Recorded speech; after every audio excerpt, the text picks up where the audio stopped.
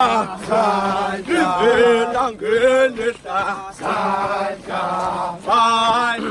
been attending Butimba for many years now, since I was as a young man. I remember as far as the late 90s, Butimba basically is the royal hunt, where kings and chiefs used to go out and hunt with regiments.